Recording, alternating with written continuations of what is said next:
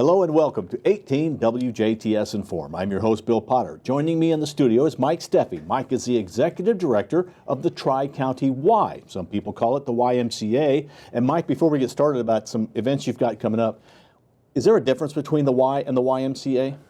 Well, Bill, first of all, thanks for having me. Glad to have you. I think it's just been an evolution of the organization. You know, it was founded in 1844 as the YMCA, and as things kind of evolved, I believe it was 6 or 7 years ago, after 100 years, an organization that's worldwide, things kind of branch off in different directions. And going to the Y was a way to make our brand more identifiable nationwide. So, the organization kind of started over with its own branding. So, we've got the logo and colors that we can use and fonts we can use in our printing and stuff. So I think the organization just took an opportunity to kind of rebrand itself and work together a little bit better, nationally and certainly as a state here in Indiana. We definitely work together pretty well.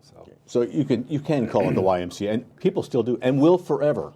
But Absolutely. It is the Y. Yeah, our website is still tricountymca.org, and we use YMCA in our emails and everywhere on our promotional materials and everything. So yeah, it is still the YMCA. Maybe it's one of those things, you say tomato, I say tomato. Absolutely. Okay. Coca-Cola, Coke. Yeah, it's right. It's kind of shortened in some ways. So. All right, well, let's talk about things that are going on at the Y.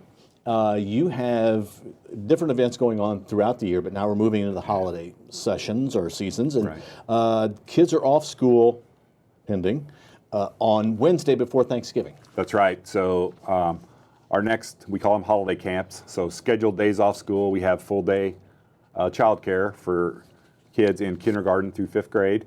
Our next one coming up is the Wednesday before Thanksgiving. November 25th. So we have childcare available from 6 a.m. to 6 p.m.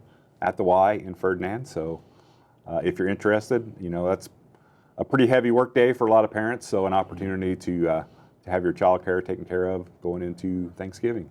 And I think last year kids were off on Wednesday before Thanksgiving, if I right. remember right. So this, it's not like maybe years ago they weren't off on Wednesday, but now they are, so you need to plan ahead. That's right. It's kind of, there's a few scheduled times throughout the year: spring break, fall break, Christmas break, and then the Wednesday before Thanksgiving are some of the days that we offer holiday camps. Will you have to maybe make a change if we go virtual learning, or will that not really affect that because you're still going to be there offering that service? Yeah, absolutely. I guess everything is kind of pending right now, and we'll see what the schools decide to do, and we're kind of preparing ourselves to react in a couple different scenarios. And but right now, that is our plan to go on. Hopefully the kids and the schools can stay in session at the elementary level, at least up through Thanksgiving. Okay. Do they need to pre-register? Can they decide that morning? Nope. We need to have pre-registration by Monday the 23rd, and that is very important. Can't stress that enough with these times with COVID and things. Is the pre-registration is definitely required and something that we need to do to plan for our adequate staffing levels, activities for the kids. We kind of gotten to where each kid will come in and they'll have their own kind of prepackaged activity kit. So we spend a lot of time making those up and really, we've always been, I think, pretty good about planning activities for kids when we have them under our watch. But now with COVID, it's to another level. So we really need to know how many kids are going to be coming a couple days ahead of time. So. Okay, and do people pay in advance, or can they pay that day? They can pay that day, okay. Yes. And there's like lunch and things provided. Well, on our holiday camps, the kids will bring their snack. Yeah. So we have lunch time available, but kids do bring a snack to eat during the day, and they'll get plenty of opportunities to take some breaks and eat their snack, or opportunities to get a drink. Okay, so they are needing to bring their lunch. Yes. Okay, I Yep. want to make sure that, because I kind of messed that part up. I want to make sure that's right. Right. Yeah. It's different sometimes through the summer, and sometimes depending upon what location we're in, we may be able to take part in the school lunch programs. But for this camp, they will need to bring their own lunch. Okay, so the Thanksgiving break holiday day camp Right. is the Wednesday before Thanksgiving. Correct. But you're not doing that Friday. Correct? That's correct. Now let's look ahead, because the next thing you know, it's going to be Christmas. And are you doing that as well at Christmas? We are planning to do a Christmas break camp as well. Christmas, New Year's is kind of on the weekends, so we're looking at the week after Christmas, Monday, Tuesday, and Wednesday. Okay. So it kind of depends on how the eves and the days fall, but this year it'll be the Monday, Tuesday, Wednesday after Christmas that we'll have camp. Between Christmas and Thanksgiving? Correct. Okay, because Christmas is on a Friday this year, right? Yes. Okay. Yep. Are the kids out of school then on that Thursday? Is that how, I think most kids have 2 weeks off. I think Christmas week and New Year's week, they're scheduled to be off school. Okay. Well, then let's move on to something else that you're going to be doing, and that is the YMCA Future Hoopers. As you know, you're known for developing kids' sports talents early. That's right. You know, we do preschool sports programs, so kids ages 3 through 6, 3 through kindergarten. Currently, we're doing kinder kicker soccer for that age group. Future Hoopers is just that next step up. Future Hoopers is for first and second graders. They will practice on Thursday nights, and then Saturdays they will have games. So Saturday morning, we try to make it as realistic of a game as we possibly can. You know, we have with first graders. That's right. We have, you know, they'll have a bench and a coach and scoreboards and an official out there, you know, interpreting the rules a little bit loosely. But Future Hoopers, first and second graders, last year we were able to have a girls and boys division, and I think that went very well. We hope to do that again this year. With Future Hoopers, we do a player evaluation on Monday the 23rd.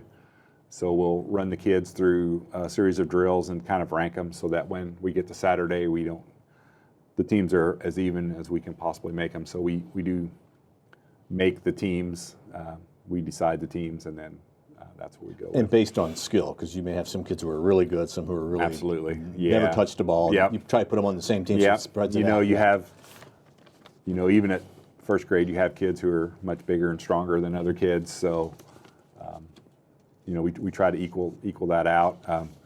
You know, with COVID, we're trying to, again, limit the number of kids per team, put a little bit extra time in between practices, in between games. You know, we kind of been doing that with our soccer program where we have the number of kids limited, and then on game day Saturday, you know, we ask the spectators to kind of limit themselves, and you know, they've been doing a good job. Everybody's aware of it, and you know, sometimes grandma or grandpa is able to come and sometimes they don't. Just kind of depends what's going on, but by having a little extra time between sessions too, it reduces that amount of time that people are really mingling together. So you know, even if we probably would have 40 to 50 people max in our gym on a Saturday on game day, and then we kind of continually turn that group over and over. So I see that this starts on December 3rd, but I'm sure you need registration ahead of that. Right, registration. You know, the parent meeting or the coach's evaluation is the 23rd, so we ask that you register by the Friday before that. We do have a capacity on the program. I'm not sure we're going to get to that point, but it's always good to get your name in as early as possible, and you can specify on there the practice times that you prefer for Thursdays. And yeah, so it's very important again in these times with coronavirus, and as we said with our holiday camps, to get your registration in early to allow us and other organizations where you may be attending things the opportunity to plan a little bit better. So the deadline is November 23rd, Correct. which is the same deadline as the Thanksgiving Yes. day camp. Yep. Okay. All right. Yep. And then you have a blood drive. We're really going to be looking ahead, but you fill this up as well, and that's the blood drive. That's right. We're hosting our next blood drive on December the 11th from 2 to 7.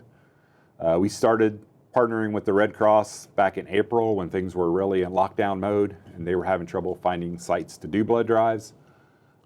So we've done 2 blood drives previously, and both of those have filled up very quickly. So if you're not a blood donor, great time to start. If you are a blood donor, we appreciate you coming back and doing it. The Red Cross has got it set up really nicely with an app. You know, there's a series of questions you have to answer before you go in, but the last time that I gave blood, I was in and out in 30 minutes. So you answer those questions beforehand.